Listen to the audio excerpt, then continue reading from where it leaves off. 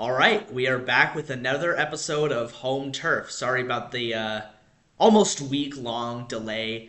School has to come first, and school did make sure that it did come first. But we are finally getting going now with apparently Tucker Carlson is popular among the Iranian government now. I mean, not a huge surprise, but wait till you guys see this. Go ahead and like and subscribe if you like this content, and be sure to catch us next time. All right, so Tucker Carlson and Iran. So, as you probably know, there are major protests going on in Iran, like major protests, and they recently just blocked out the internet, which is really what happens. Is their way of sort of covering up the slaughter of thousands of their own citizens who are protesting, or at least cover it up long enough to not give an immediate response, and it makes it harder for people to organize protests, and just overall not a very good thing. But you guys gotta see this. There's a woman named Goldie Gamari who is ethnically Iranian, and she has been watching the situation in Iran for quite some time. And she was watching the Iranian news broadcast all as this was happening, and then this happened. Republic's TV, they're airing live show that they're translating it in real time in Persian.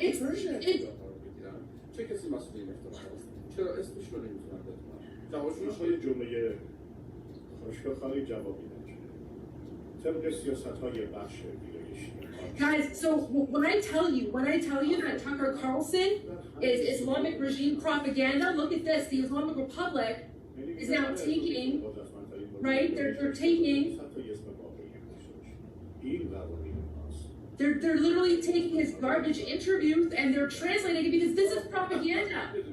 So yeah, that happened, and I can't really say I'm surprised. I feel like shocked is a better word that they would be so fond of him, but I'm really not surprised. I mean, considering his he had his interviews with first the Prime Minister of Qatar, which is a very big sponsor of Hamas, possibly the second biggest, second only to Iran, obviously, and also with Nick Fuentes.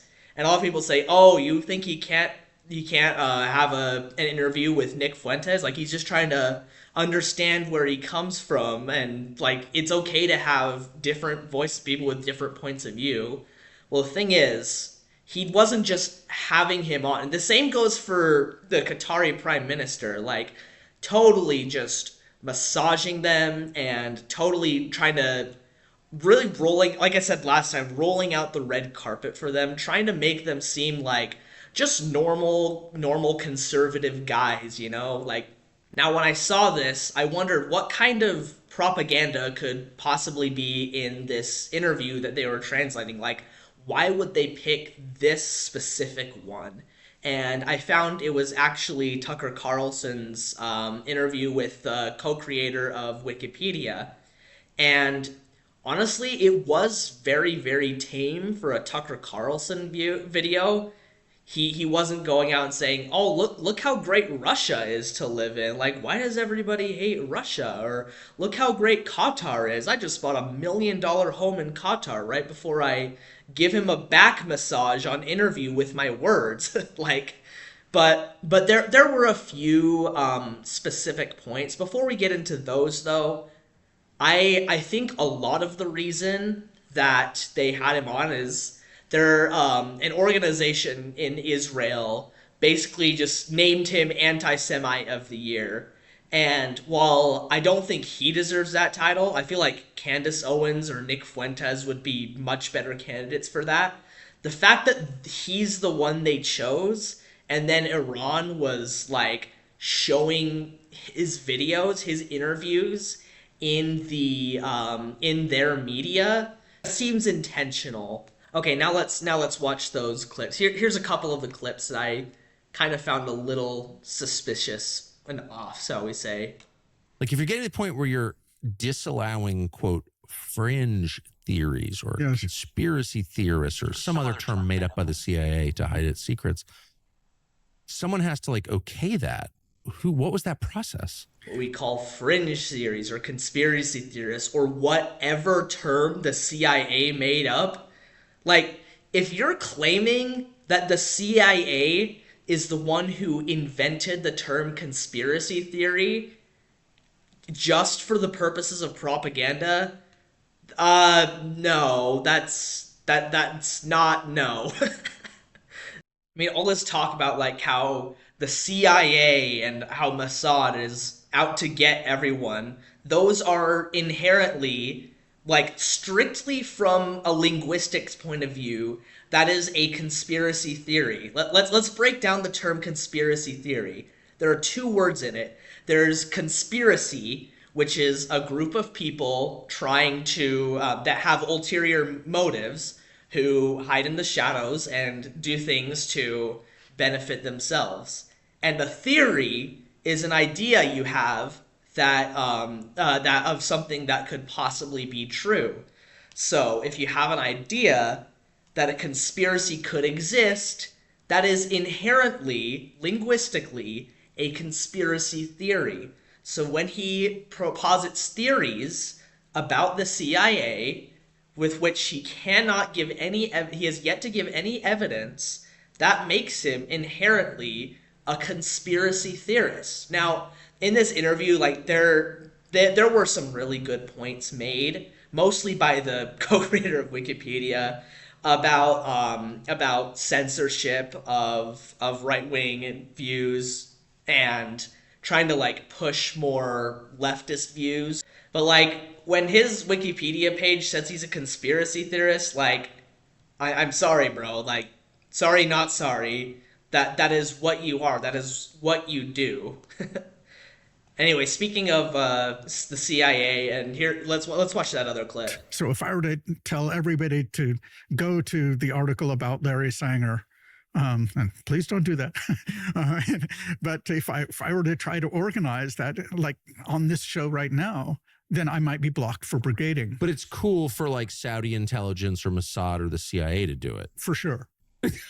I mean, this is so bonkers. Now, assuming that they're actually translating it and that they're not just like saying, and that they're not just saying some propaganda in Persian and saying, oh, that's what Larry Sanger said, or that's what Tucker Carlson said, which very well could be a possibility because, you know, it's Iran. They're literally cutting off the internet to censor things about what they're doing.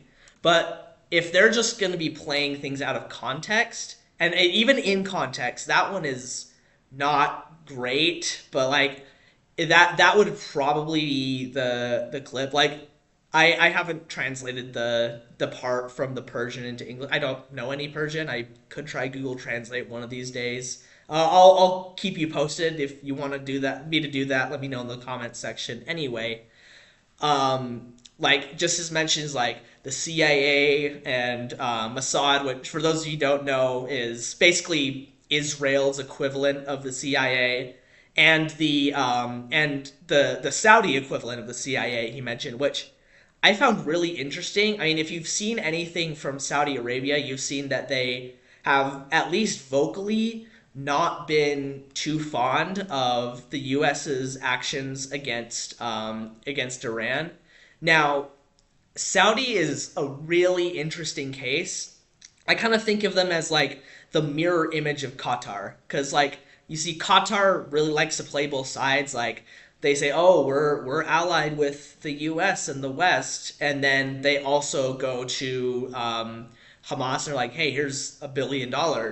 And they kind of like, they like to act as the middleman, like, oh, look at us, we're creating peace, we're negotiating between the two sides, but they're really ideologically they're so much more aligned with Hamas and other Iran-backed terror regimes. From what I understand about Saudi Arabia, and tell me if I'm completely off base about this, is that Saudi Arabia is a rival to Iran, and they kind of pretend to be sad when terrorists are attacked by the U.S. or Israel or anyone else on the West. I mean, not like anyone else besides us and Israel does it anyway, but they kind of cry. I've heard it often described as crocodile tears, where they're like, "Oh, this is an attack against the Muslim world and the Arab world,"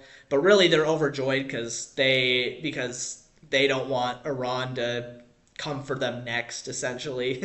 But yeah, I find it really interesting that he would mention Saudi, which is probably among the Arab nations that would be, I guess, the biggest competitor to Iran, you could say. Yeah, and again, I've heard people say, oh, they're probably just going to take something Tucker Carlson said out of context.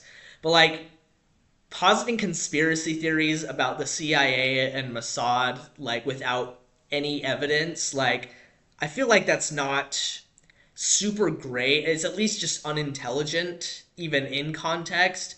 Now, if literally people are going to say, oh, you're obviously just like an Israeli paid shill or a government paid shill.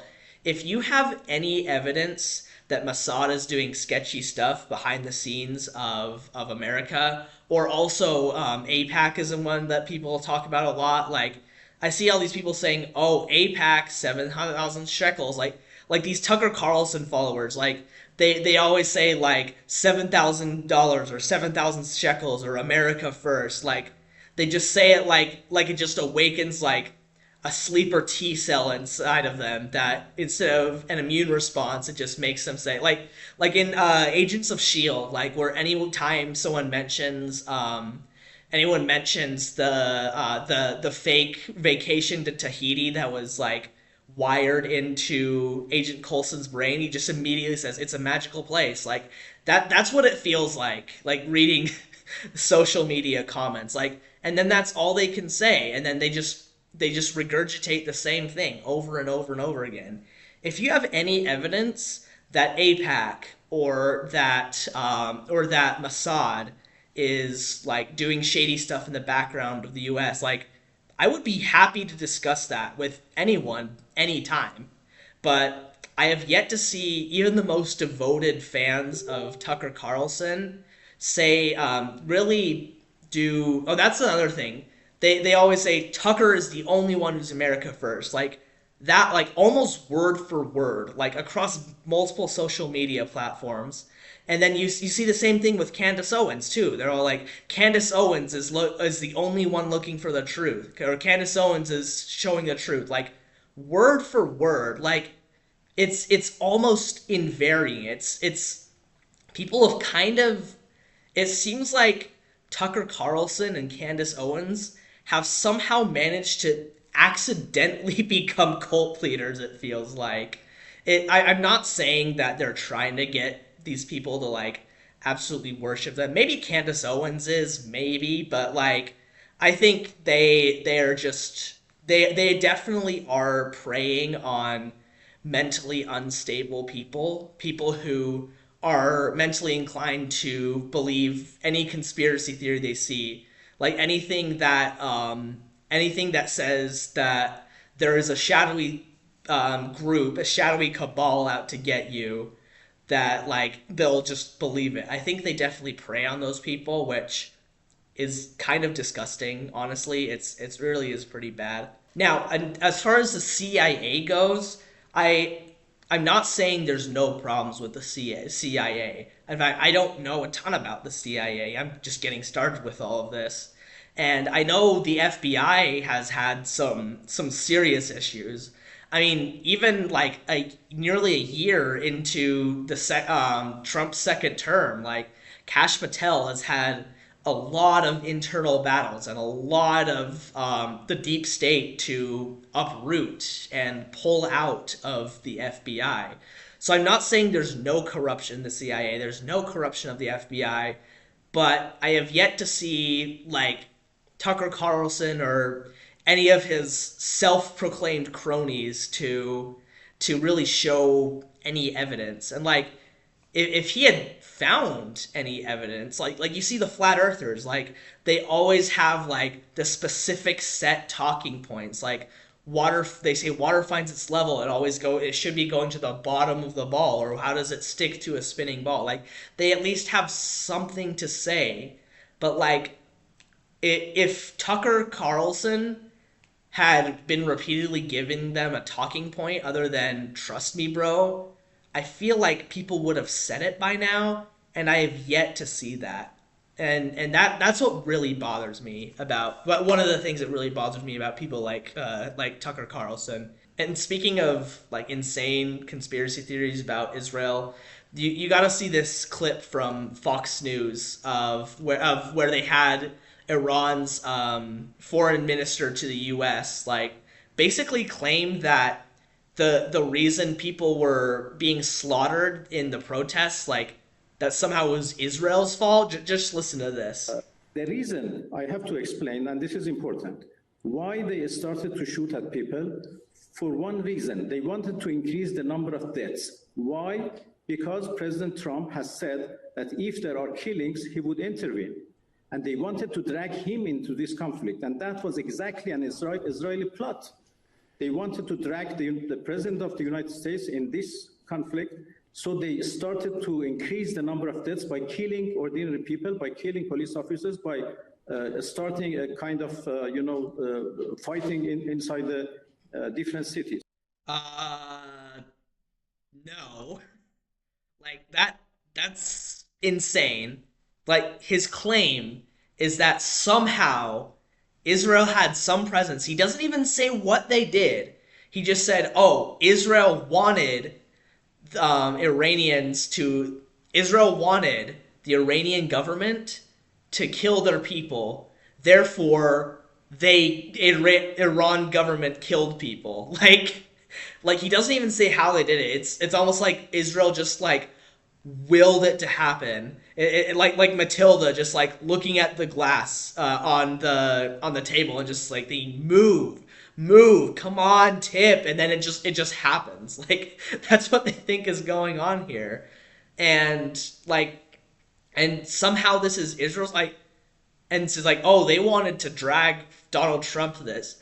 I really don't think that Iran would actively seek out dragging the leader of the most powerful nation on earth and one of the few Western countries that isn't completely like just bending the knee to them and letting them send like tons of terrorists into their country. Like, no, I don't think so, bro. I really don't think so. And again, I feel like the Iranian government, like with showing Tucker Carlson and then saying like, oh, it's Israel, like they're so aligned with this Tucker Carlson, Nick Fuentes, Candace Owens, like that kind of this kind of Groyper adjacent movement that's going on, this anti-Israel movement on the right. And I think that their goals say, oh, well, if we can create a schism in widen the schism that we see in the Republican Party, and we can get them aligned with us, then maybe this is fully speculation right here. Then maybe we can weaken the support for Trump's actions on Iran, and we can simultaneously show like, hey, Iranian people, these Americans you love so much, they're with us. And I don't think it's going to work very well. It is kind of a desperate move. This anti-Israel conspiracism really is a minority on the right. It's a very, very loud minority to the point where it feels like a majority. But think about it this way. People who don't spend all of their time thinking up of new conspiracy theories about Israel, about how the Polish underground Mormon Jew beekeepers were the ones who killed Charlie Kirk, like Candace Owens once implied, then people who are prone to thinking of those kind of things are going to be online a lot more than people who are normal, who are fully functioning human beings, who have jobs and have to stay mentally stable to keep those jobs. That's just the way that it works. Now, more about Iran that doesn't relate to Tucker Carlson, except for the fact that Tucker Carlson is probably going to be outraged by this somehow. Donald Trump is now imposing huge tariffs, really huge tariffs, the biggest tariffs you've ever seen. There's never been any tariffs bigger than that. He's imposing huge tariffs on any country that is making any deals with Iran. According to The Guardian, U.S. secondary sanctions up until this point have been aimed at companies that trade with Iran, then seek to use the dollar for any transaction. Trump is proposing that a 25% tariff should be imposed on an entire country if it is trading with Iran, which is a really huge deal. That is a really, and you've got countries like Qatar, or a lot of countries in the Middle East are probably trading with Iran. They're one of the most oil-rich nations in the entire world. Other countries that trade heavily with Iran are India, the UAE, Japan, and South Korea. Japan and South Korea have just completed free trade deals with the U.S. after a bruising confrontation over tariffs. Both countries ended with a baseline 50% tariff, but now find themselves back in a potential crisis. See, that is really good. In fact, that's the kind of thing that he should have done with China, obviously. Now, I kind of have some beef with the tariffs. I have really mixed feelings about them. I mean, on one hand, they are not nearly as impactful on the economy as it appeared that they were going to be. I know Ben Shapiro was really worried about an economic recession causing giving rise to this Bernie Sanders wing and leading to potentially even AOC as president, with just a socialist wing rising up on the left. And I think he has gone back a little bit as new information has come out. I think he was a little bit misguided in his fears right there, just because the main thing he was looking at was the Dow Jones and the S&P 500. And the thing is, people selling, what you are actually seeing is a bunch of people selling. Like a few people sell based on news, and then other people like, oh, the value's going down, I need to sell now. And then they've sold once it's already dropped significantly. And then things go back up, and then more people start buying, so it goes up higher. And so really a lot of what you're looking at the Dow Jones, the S&P 500, is people selling when it's low and buying when it's high. Or in other words, a lot of people not being particularly smart with their money, which doesn't really seem like an indication of how the economy is actually doing. One of the things he's spoken out about that I do find a convincing argument is the fact that Donald Trump really shouldn't unilaterally have the ability to just impose these tariffs, just like sweeping. He had like the baseline tariffs on pretty much everyone, and that's really not a good thing for just the president to have on its own. Because as soon as we get a Democrat president who decides to gather this Free Palestine movement into a coalition, they'll be like, okay, now we're going to do a 50% tariff on Israel now because they commit genocide. And I really think that should be that really should be left into the hands of Congress, or at the very least, more spread out through the executive branch and not consolidated into one person. And also, he did tariff a whole bunch on China, which is a really good thing. Like, tariffing China, good. The Chinese government is terrible. But he also tariffed everyone around China, like India and Vietnam.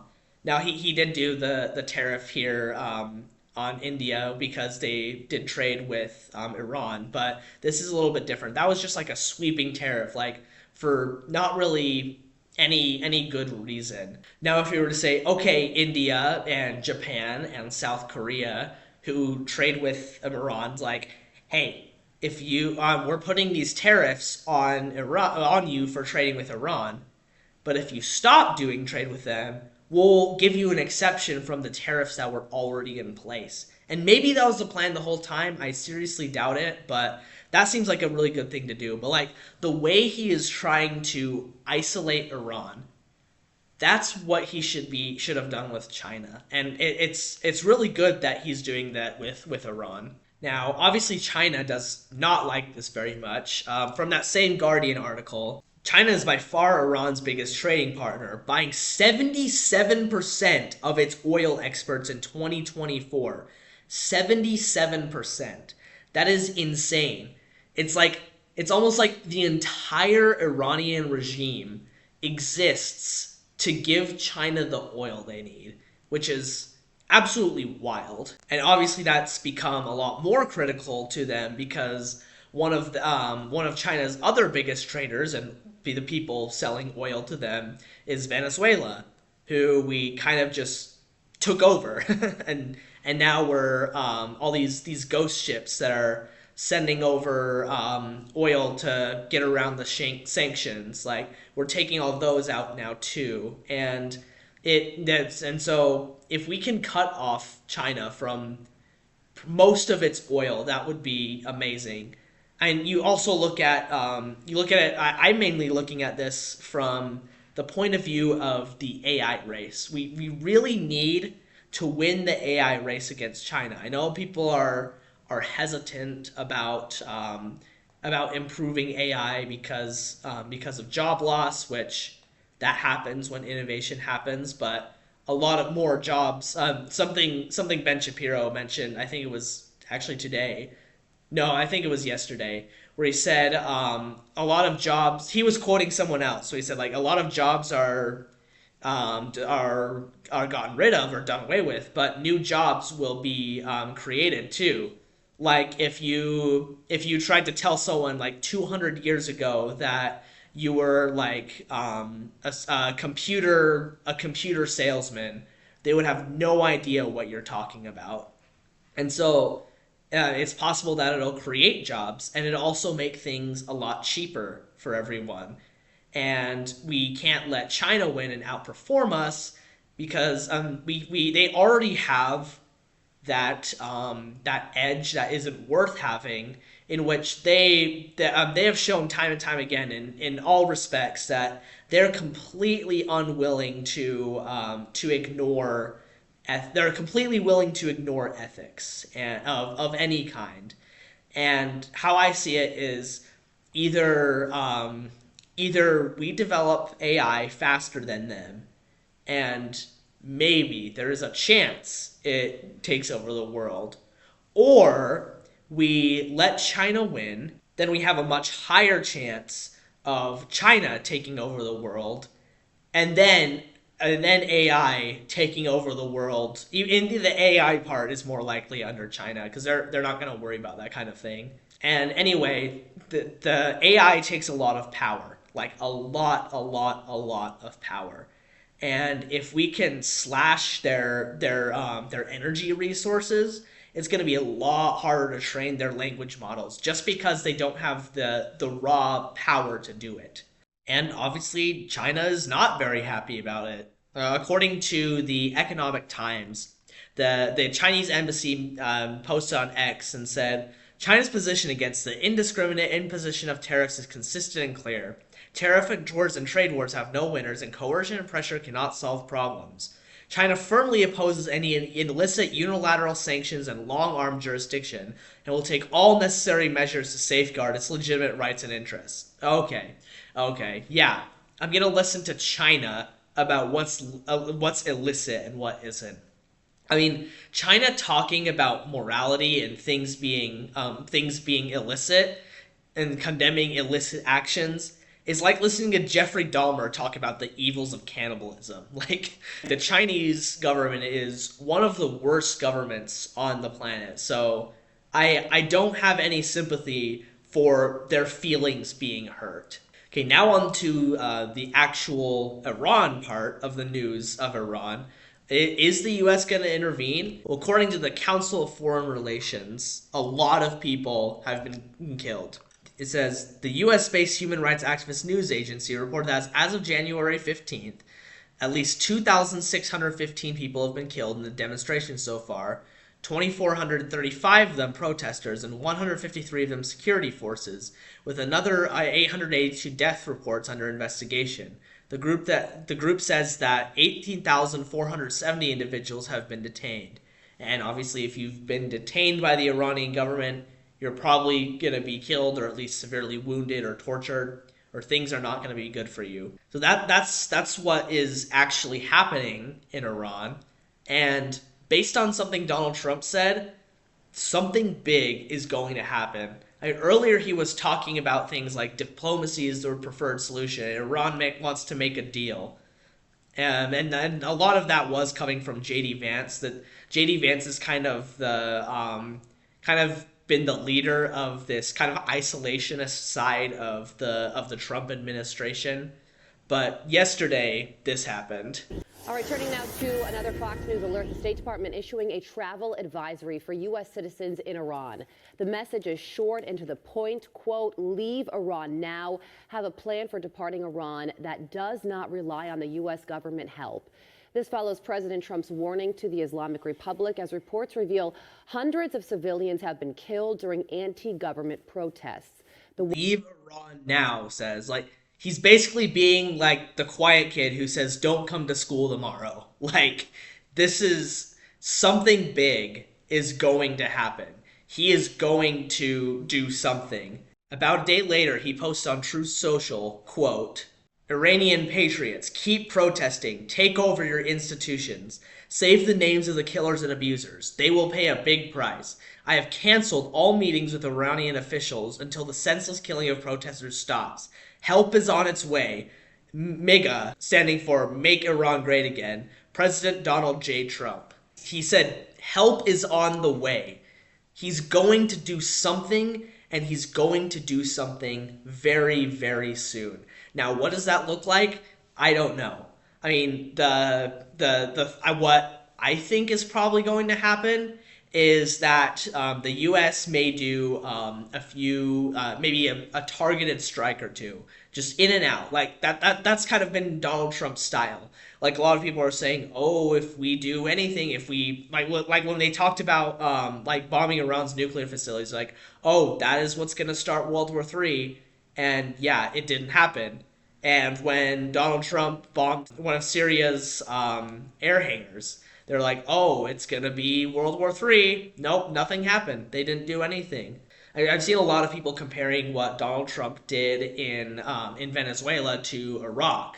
And like a lot of people are like, a lot of doom and gloom people on social media, like when the Venezuelans were cheering the downfall of Maduro, they're like, they cheer now, but they're not going to be cheering soon. We learned this from Iraq, even though this is like literally nothing like Iraq. Like Iraq was tens, maybe even hundreds of thousands of troops occupying Iraq for long periods of time. And this was just like a small special ops team. They bombed the place he was staying, went and grabbed him, and they were in and out in hours, in a matter of hours. And the same is true for bombing the nuclear facilities in Tehran. They sent a few planes in, dropped the bombs, and that was that. It didn't take that long. It wasn't a long boots on the ground occupation. It was just a quick operation. Or maybe we don't have any troops do any fighting at all. Maybe this ends up being similar to Ukraine, where we just like dump a bunch of weapons directly to the Iranian people and be like, hey, here's some machine guns, go crazy on them. Or maybe it could be some kind of cyber attack, I don't know.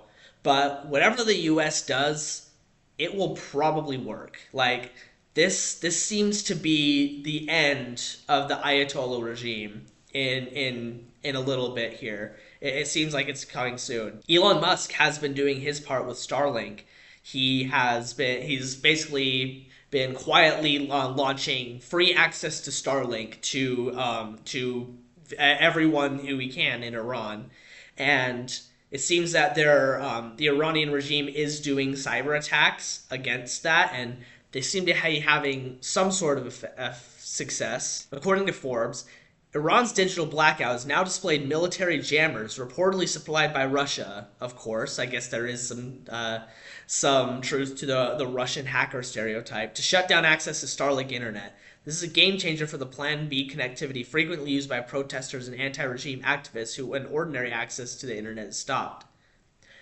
Despite reports that tens of thousands of Starlink units are operating inside Iran, says Iran Wire, the blackout has also reached satellite connections. It is reported that about 30% of Starlink's uplink and download traffic was initially disrupted, quickly rising to more than 80% within hours.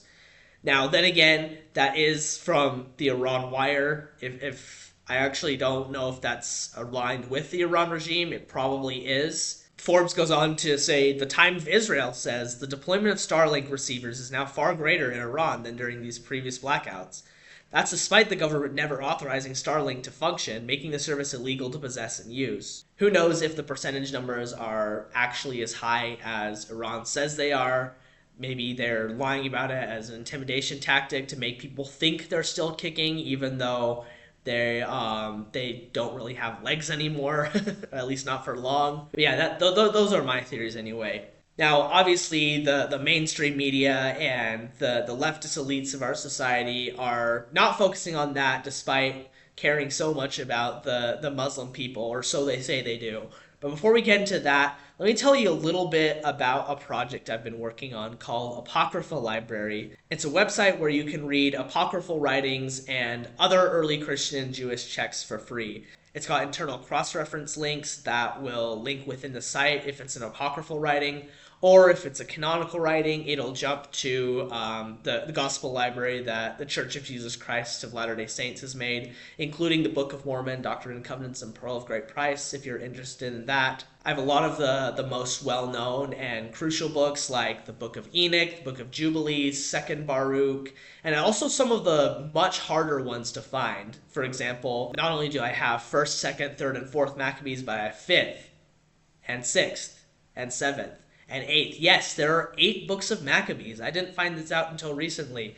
I also have works like the Coptic Apocryphon of Enoch and Gabriel's Revelation, and a whole bunch of other ones that were nearly impossible to find. Go ahead and check the website out at apocryphalibrary.weebly.com. Also, I'm currently moving it over to Lovable, an AI building website. If you go ahead and use the Lovable link below and sign up there, you'll get 10 free credits toward building your own website. And once you publish it, I will get some there. So if you want to support the site, that is the best way to do it. So go ahead and check that out at the link below. So like I said earlier, people aren't talking about the slaughter of tens of thousands of people in Iran. No, they're too focused on Renee Good and the shooting of that ICE officer. Now, I'm not going to say a ton about this. I feel like pretty much everything that has been said about this that isn't a repeat of what someone else has said has already been said for now. But there are a few comments. We'll pull up the video and I'll give you my take. So this is the new video that came out. To watch.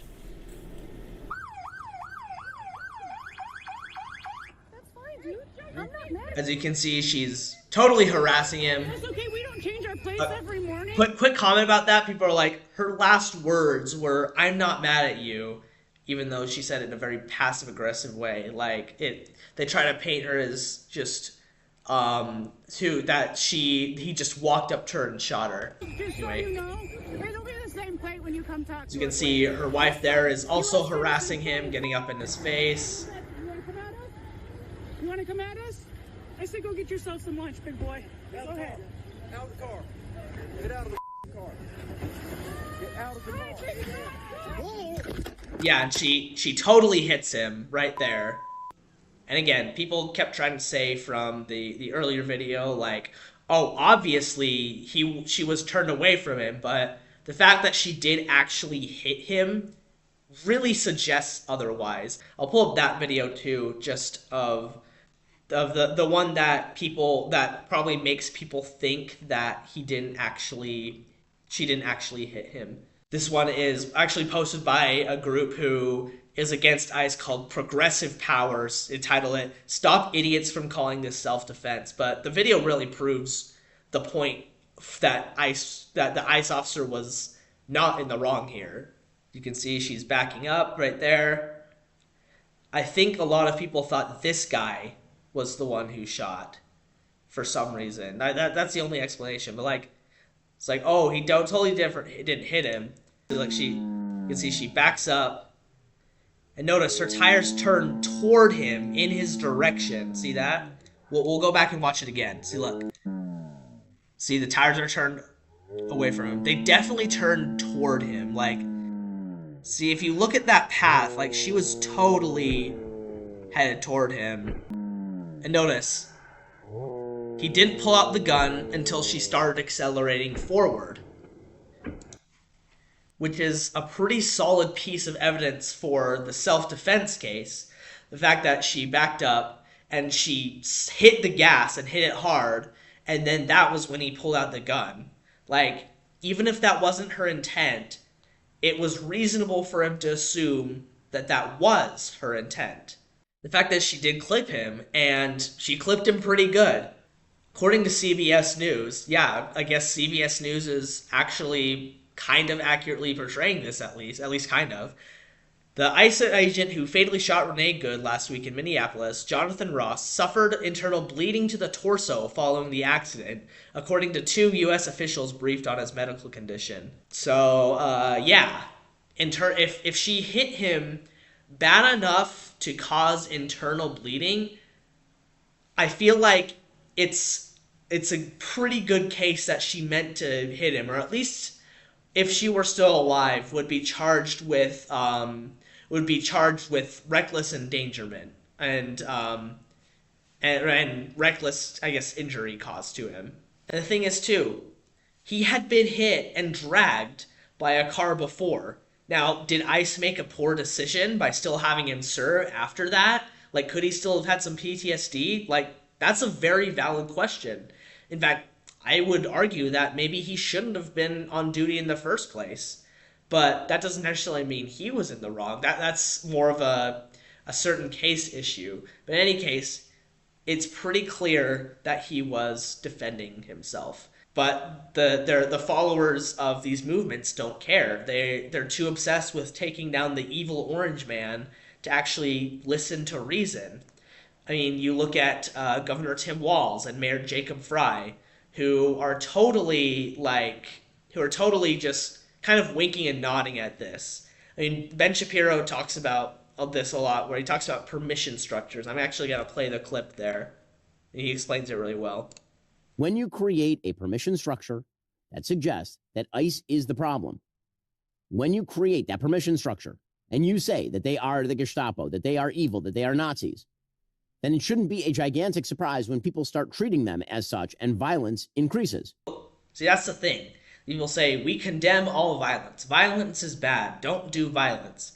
But if anyone deserves violence, it's these ICE officers. They're basically Donald Trump's secret police. They're basically his Gestapo. Like, it's the same line of thinking that led to the killing of Charlie Kirk.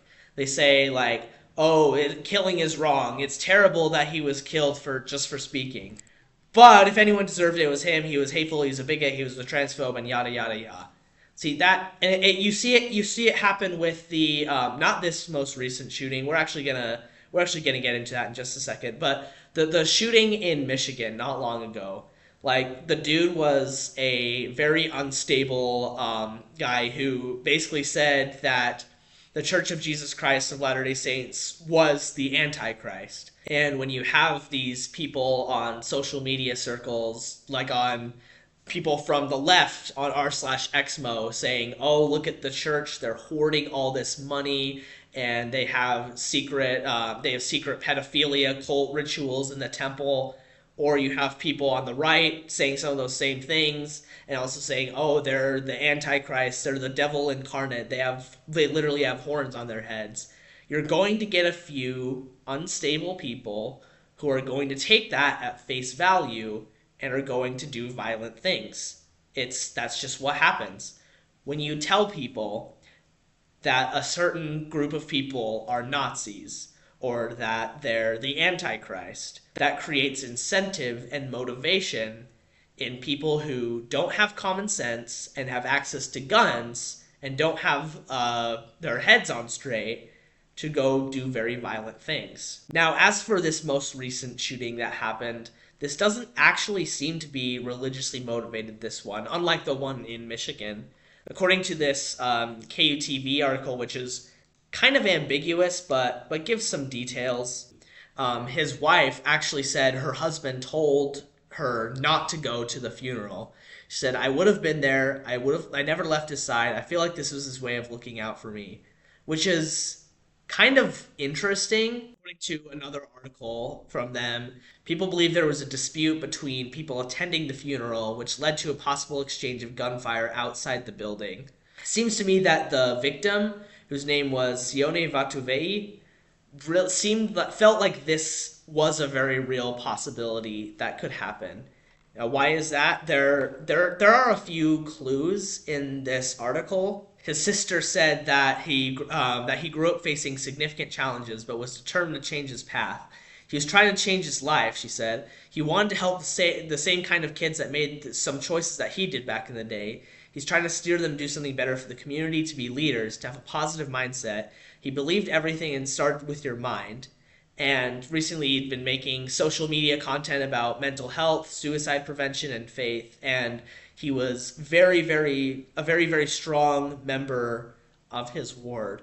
So what it seems like to me, this is very tentative speculation right here, is that that growing up he had some sort of involvement with gangs, whether he got involved with them himself or if it was a family thing, and either some enemies he had made in the process or some friends that didn't want him leaving the gang and changing his life, who were not happy with him or someone around him.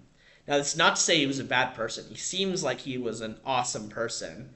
And if anything, this just shows how amazing the atonement of Jesus Christ is and how it can help people become much more than they could on their own and go from doing terrible things to being amazing forces for good. And I really do believe this guy, if he had done anything wrong, seriously wrong in the first place, had really repented of whatever that was, if he was even willingly in the gang in the first place. And it's honestly really tragic, and it's hard to see, especially after the church has been getting more positive attention with Nick Shirley. It is hard to see going back to the depressing stuff lately. But I mean, this is a fallen world. Bad things happen to good people that are caused by bad people, and that's just the way that it is, unfortunately. Now, on a more positive note, it's time to get into the nerd culture. So now, obviously, the biggest one, yes, Marvel, obviously, and a couple new Doomsday trailers have released since the last episode. Death comes for us all. That's all I know for sure. The question isn't, are you prepared to die? The question is, who will you be when you close your eyes?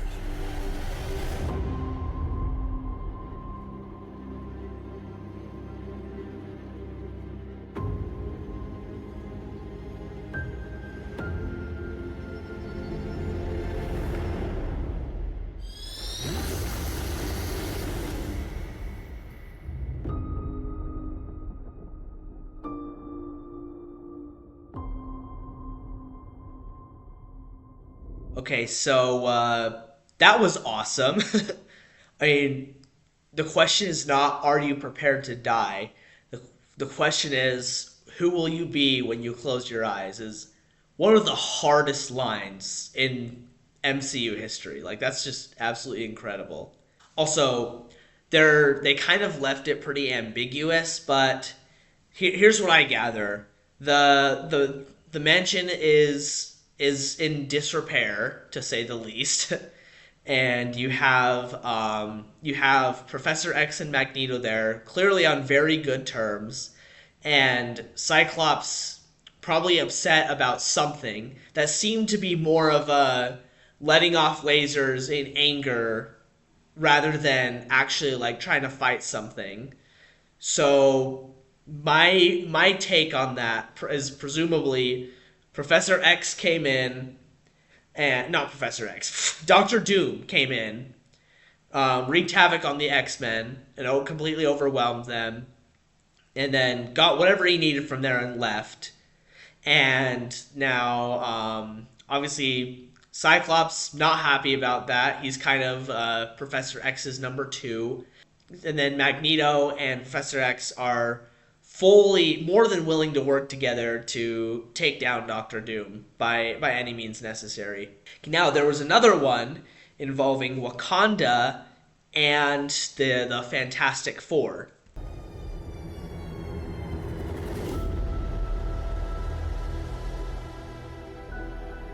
I've lost everyone that matters to me.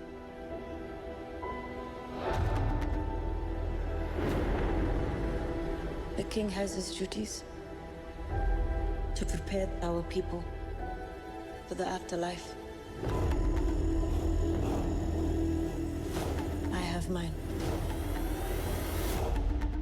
King M'Baku of Wakanda. Then, Yancey Street, between Broome and Grand.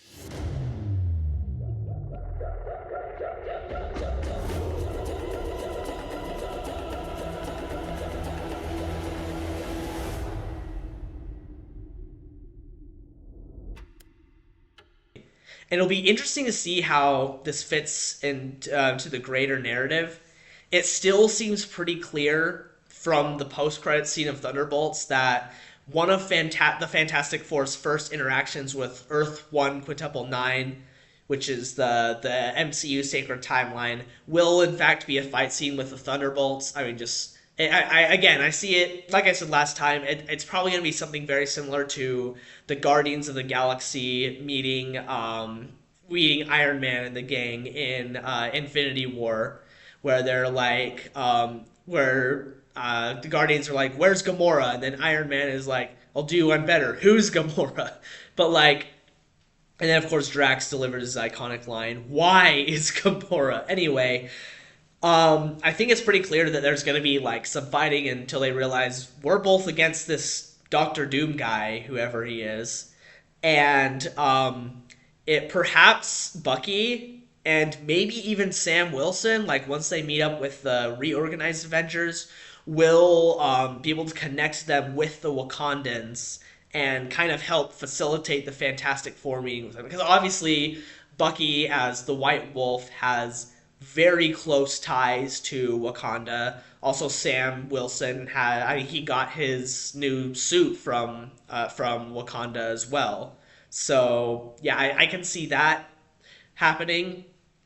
Perhaps there will be some involvement with Leader into that. For those of you who aren't familiar, Leader is the guy, the name of the guy, or the code name, I guess, of the main villain of Captain America: Brave New World. He is the guy from the Incredible Hulk movie who got the Hulk blood in his brain, and then he could see, and then he mentioned he could see in the probabilities that there was going to be a multiversal war. So it'll be really interesting if that has anything to do with it.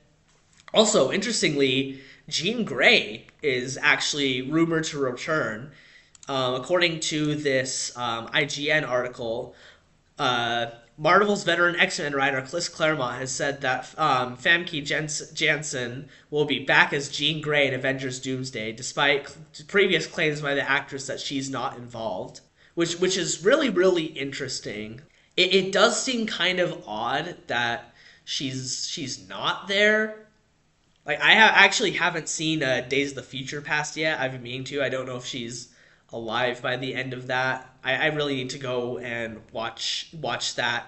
But I mean, even if she is, I feel like it would still make sense. I mean, like with No Way Home, like all of the villains except for Dr. Connors were dead. Like but they just pulled them out like from right before the time they died from their respective universes, essentially. And so it seems kind of odd that they wouldn't even do that for Jean Grey, even for just like a cameo. So it'll be really interesting to see if that actually happens. Now, moving away from Doomsday, Wonder Man is coming out very, very soon. In fact, in less than a week, actually. Here's their latest trailer. You got this, man. You just gotta go out there and crush it.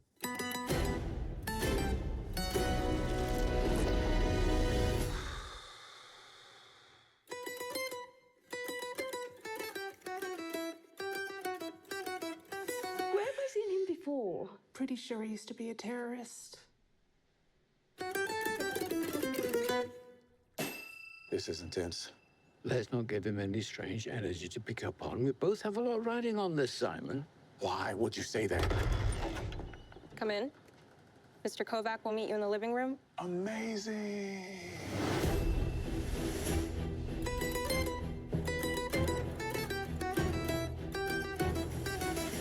A superhero remake.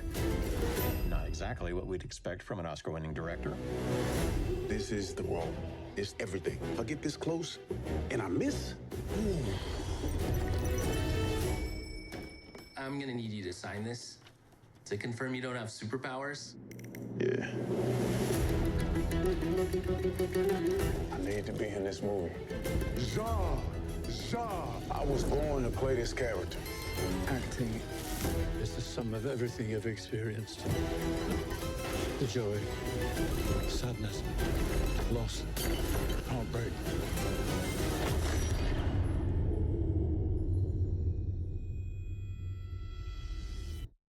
The Department of Damage Control considers Simon Williams an extraordinary threat.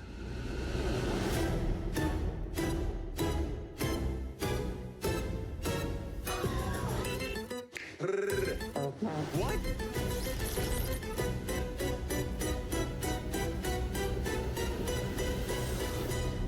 Are you gonna use super speed or what? I'm gonna use my car, Trevor. Does that mean you do or do not have super speed? Let's go!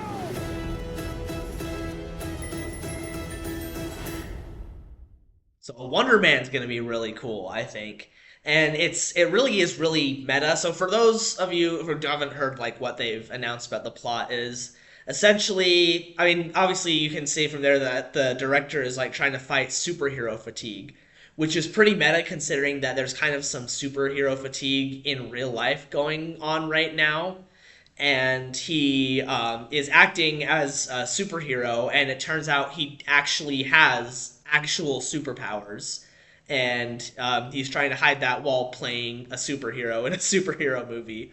In fact, I think in an earlier trailer, Trevor Slattery actually mentions Disney by name, so it sounds like it's going to be extremely meta. Like, they're going to totally milk this, and I think it has a lot of potential, especially with Trevor Slattery. Like, maybe that could tie into Shang-Chi. Maybe like in a post-credit scene, we'll somehow see get a hint at how Shang-Chi is going to be involved in Doomsday.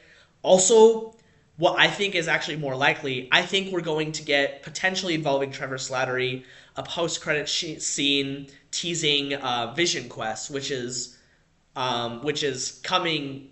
Probably, I'm pretty sure it was a few months after Wonder Man releases, and we already have been confirmed that the leader of that terrorist branch in Afghanistan, that branch of the Ten Rings that Obadiah Stane hired to kill Iron Man, that guy is going to return. So maybe there will be some lead up to that. I don't know. But that is also really exciting. And I will, once I watch it, I will keep you posted, give my review of it for sure. Next, moving on from Marvel, we're going to talk about Minecraft. There's some pretty cool things that are being teased for this next Minecraft update and in the latest snapshots. We're getting new baby animal textures. I'll show you guys those. So as you can see, the cats are all getting new unique textures, and the chickens are getting these cute little chicks there. We've got baby cows. Ocelots are getting their own pigs. Rabbits, instead of getting just for babies, rabbits are getting a complete overhaul of their model, and texture and model included, including also the killer bunny, which they also took the time to like really update the texture, which is really interesting. And there's the baby, there's the baby wolves too. So that's really interesting that they're doing that. Now, I have some speculation that they actually are going to bring the killer bunny into vanilla survival. I mean, we saw that with a zombie horse last time, where the zombie horse has been in the game for like a decade and a half, and then they finally like actually did something with it. I think there's a very real possibility that we could see something similar happen with a killer bunny. Maybe it would be something like rabbits spawned near in pillager outposts would be killer rabbits, which would be absolutely hilarious. Or just, I think it'll probably be something goofy, because like they actually had it very briefly in survival when rabbits first came out, but then because they did so much damage, they were kind of considered just like a random death event, so they just kind of shelved them. So I think we're going to see a use for them now. Also, name tags are going to be craftable now. You craft them with just a paper and not a string like most people like have done, like theorized that would happen if they made them craftable. But it's a paper and any metal nugget. You can use iron or gold or diamond. And this also happened with a saddle in the last update, where they made it craftable, and they making them a lot less rare, obviously. And what was interesting about that is they stayed in chest loot and fishing loot, but they became much rarer. So my guess is that something very similar is going to happen with name tags. I also think that they're going to be a librarian villager trade, but I think they're probably just gonna add them to just like the common like things you can buy, like because like they're kind of like a higher tier. They'll probably bump it down a tier or two, maybe with like the selling of lanterns or bookshelves or whatever. But I still think they're gonna stay with librarians, or they might stay at the same tier, but they're gonna get a whole lot cheaper, because I don't think they're gonna keep the trade of 30 emeralds for a paper and a metal nugget. So if nothing else, they'll make it cheaper, but I think they will probably also move it down a tier, or maybe even remove it completely. All right, well, that is the end of this Home Turf podcast. Hope you guys liked the video. Don't forget to like and subscribe, and you'll have a good one.